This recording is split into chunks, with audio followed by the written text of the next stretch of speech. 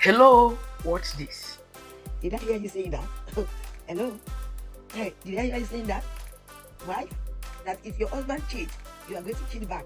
Hey, Mrs. Cheater. Hello, come here. You don't know your responsibility. If you know your responsibility and you know the reason why you married that man, then you will know that you married that man to be his helper. Even if he is a cheater, which means you need to help him in that area, not to join him to cheat. If you have that mind, it means you yourself you are a cheater.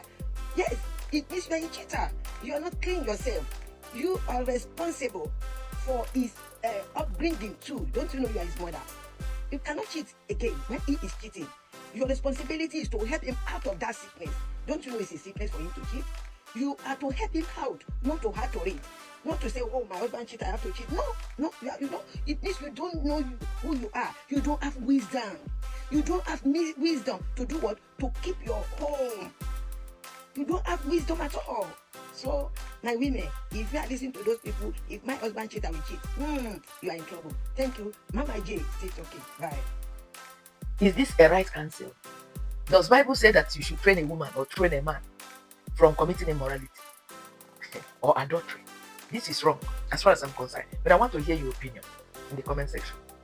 This kind of counsel kept many women in wrong marriages over ages. Because of this kind of counsel, men were given wings to fly.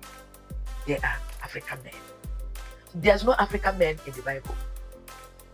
So don't teach women or men to continue what they are doing and women to train them.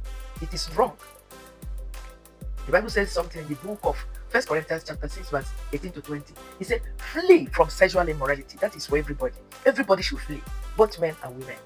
So don't give men the way to be doing whatever they like so that women will be training them. How can you train a grown-up man with a grown character? It's the Bible that should train the person. Please, I want to hear your comments in the comment section. Tell me your opinion about this counsel. I remember Amanidum, your friend, your doctor, evangelist, aka Gospel Queen. And stay tuned for more updates and tips in your relationship. It is well.